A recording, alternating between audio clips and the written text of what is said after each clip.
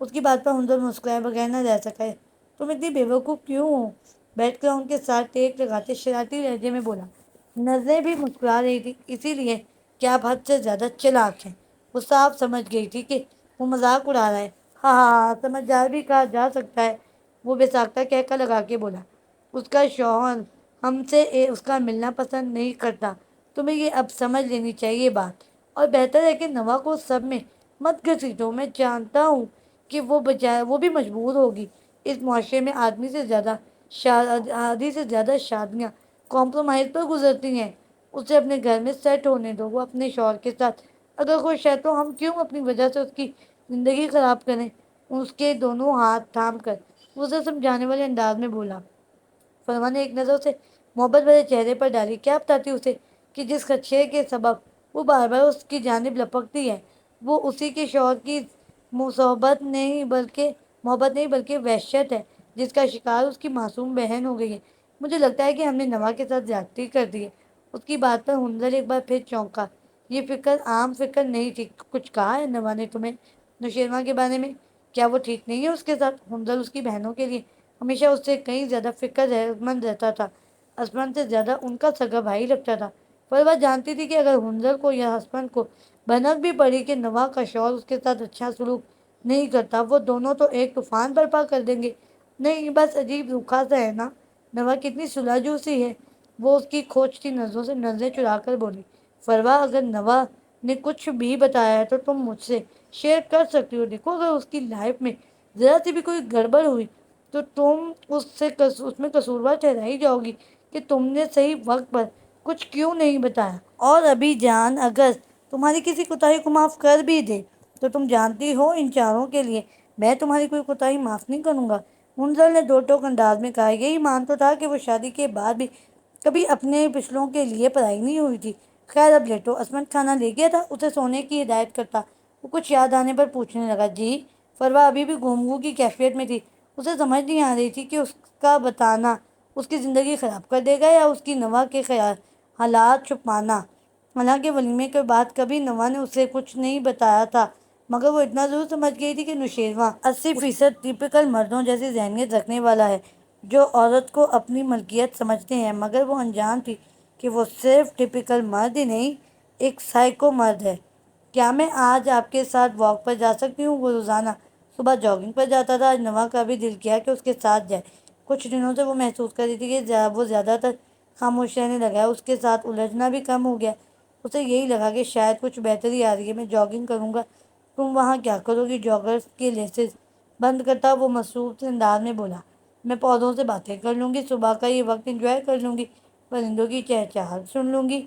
دوپٹہ اپنے گرد لپیٹتے اپنے سنیکرز پہنتے وہ سرسی سا اسے اپنے ارادوں سے آگاہ کرنے لگی۔ نوشیروان نے سیدھے ہوتے ایک نظر دوپٹے کے حالے میں اس کے سبھی چہرے کو دیکھا۔ یکدم نظریں چراتے وہ اٹھا۔ چلو، اپنی عادت کے برخلاف وہ اسے ساتھ آنے کی اجازت دے گیا۔ وہ خوشی خوشی اس کے پیچھے چلنے لگی۔ پارک لا کر وہ واقعی اس سے ایسے الگ ہوا جیسے بھول گیا ہو کہ اس کے ساتھ کوئی آیا ہے۔ پارک کے داخلی دروازے سے اندر آتے ہی وہ جاگنگ ٹریک کی جانب بڑھ گیا اور وہ درختوں کی جانب۔ صبح کا منظر اپنی پوری تازگی کے ساتھ جلوہ افروز تھا۔ بڑے بڑے درخت کو دیکھتے نوا کو لگا آنکھوں کے ذریعے اس کی اندر تک ٹھنڈک پڑ گئی ہو۔ آتے وقت وہ تھوڑا سا کچے چاول ساتھ لے آئی تھی۔ ایک درخت کے قریب اس نے وہ چاول ڈالے۔ دیکھتے ہی دیکھتے ڈھیروں چڑیاں اور کئی پرندے خوراک کی تلاش میں آ گئے۔ نوا یہ منظر دیکھنے میں اتنی محو تھی کہ اسے وقت گزرنے کا احساس نہیں ہوا۔ اس وقت چونکی جب پسینے میں شابو نوشیروان اس کے قریب کھڑا بڑے بڑے پانی کے گھونٹ پی رہا تھا۔ ہو گیا تمہارا شوق پورا؟ چلیں اب۔ اس کی گردن اپنی جانب موڑ کر دیکھا جو ابھی بھی درختوں اور پرندوں کو دیکھنے میں مگن تھی۔ کبھی کچھ واقعات ہماری زندگی میں ہمیں بہت کچھ احساس دلانے کے لیے ہوتے ہیں، جیسے آپ کے ساتھ وہ واقعہ۔ آپ کو نہیں لگتا کہ وہ صرف ایک بھیانک خواب تھا؟ آپ کو اب اپنی زندگی کو موو آن کرنا چاہیے۔ کبھی کبھی ہماری خوشی دوسروں کی خوشی میں ہوتی ہے۔ وہ الجھ کر اس کی جانب دیکھنے لگا جیسے سمجھ نہ پا رہا ہو کہ کیا کہنا چاہتی ہے۔ جیسے ان پرندوں کو یہ دانہ ڈال کر مجھے خوشی ملی، ویسے ہی آپ اپنی ممی کی خوشی میں کیوں خوش محسوس نہیں کرتے؟ اب کی بار وہ اس کے سامنے آئی، اس کی آنکھوں میں دیکھتے ہوئے جیسے کوئی التجا کی کوئی خواہش کا اظہار کر رہی ہو۔ جس لڑکی کے لیے آپ خود کو اور دوسروں کو تکلیف دے رہے ہیں وہ تو کب کی اس منظر سے نکل چکی ہے۔ مگر آپ نے خود کو اسی منظر میں قید کر لیا ہے۔ اپنے ارد گرد دیکھیں، شاید اس صبح کی طرح آپ کی زندگی میں بھی ایک تازہ اور خوشگوار صبح آ چکی ہے، بس آپ کی آنکھوں کے سامنے کی ڈھونڈ چھٹنے کی دیر ہے۔ منظر تو بڑا واضح ہے۔ اس کی بات کے برعکس نوشیروان کے چہرے پر زلزلے کے اثار نمودار ہوئے تھے۔ کیا میں نے تمہیں اجازت دی ہے کہ تم میرے ماضی کے کوئی سرے عام دہراؤ؟ دانت کچ کچا کر وہ آنکھوں میں شدید غصہ لیے بولا۔ آپ ٹھنڈے دماغ سے سوچیں تو زندگی پر آپ کا بھی اتنا ہی حق ہے جتنا اس لڑکی کا۔ اس سے پہلے کہ وہ اس کی بات پوری ہوتی، وہ دبے دبے انداز میں چلاتے خاموش کروا گیا۔ بس واپس چلو۔ غصے سے ایک نظر اسے دیکھتا وہ واپسی کی طرف قدم موڑ گیا۔ نوا نے ایک گہرا سانس بھرتے اس کے پیچھے قدم بڑھائے۔ بہت بہت مبارک ہو میری جان۔ وہ جو ماں کے بلاوے پر تھوڑی دیر پہلے ہی گھر آیا تھا، ان کا خوشی سے جھلملاتا چہرہ دیکھ کر حیران ہوا۔ اس سے بڑھ کر ان کے الفاظ کسی بات کی مبارک ایک نظر وہیں لاؤنج میں شرمائی سی نوا کو دیکھ کر وہ اور بھی حیران ہوا۔ اس کے اور اس کی ماں کے اتنے اچھے تعلقات نہیں تھے کہ وہ یوں سکون سے کٹھے بیٹھتی۔ اس بات سے وہ بہت اچھی طرح آگاہ تھا۔ ارے تم باپ بننے والے ہو۔ اس کے چہرے کو دونوں ہاتھوں میں تھام لی۔ وہ اسے شوق لگانے میں کان کے انداز میں حیران نظریں گھما کر اس نے نوا کی جانب دیکھا۔ اس کا شرمایا انداز اب اس کی سمجھ میں آیا۔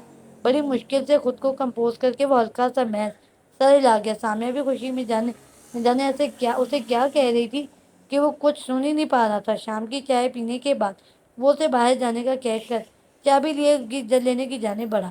کچھ دیر گاڑی میں بالکل خاموشی رہی۔ نوا کو سمجھ نہیں آ رہی تھی کہ وہ خوش ہے یا نہیں۔ خود سے اسے اس بارے میں بات کرتے شرم بھی محسوس ہو رہی تھی۔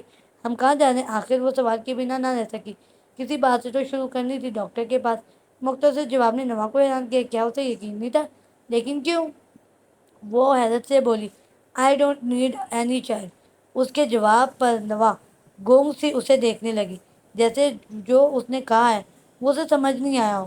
اس بات کا مطلب خود پر ضبط کرتے اس نے ہمت مجتمع کرتے سوال کیا، سمجھ آئی تمہیں؟ مجھے کوئی بچہ نہیں چاہیے، سو ہم ابارشن کے لیے جا رہے ہیں۔ نوا اتنی بڑی بات اس کے اتنے آرام سے کہنے پر غائب دماغی سے اس کی جانب دیکھنے لگی، جیسے بے یقین ہو کہ جو اس نے سنا ہے وہ غلط ہو۔ آپ ایسے کیسے کر سکتے ہیں؟ وہ بے بسی سے بولی، جیسے ہم کرنے جا رہے ہیں۔ وہ اتنے ہی آرام سے بولا جیسے یہ کوئی بات ہی نہ ہو۔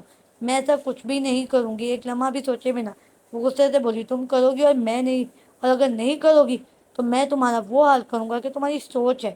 وہ غصے سے دانت بیچ کر بولا، کیوں کر رہے ہیں آپ ایسا؟ ہماری اولاد ہے گی۔ اسے سمجھ نہیں آ رہی تھی کہ وہ کیسے اسے اس سب سے روکے۔ مجھے یقین نہیں ہے کہ یہ میری اولاد ہے۔ اس کی بات سن کر نوا کو لگا اس کی برداشت کی حد ختم ہو گئی ہے۔ تو پھر آپ بھی کان کھول کر سن لیں، میں ایسا ہرگز نہیں کروں گی، وہ پرعزم لہجے میں بولی۔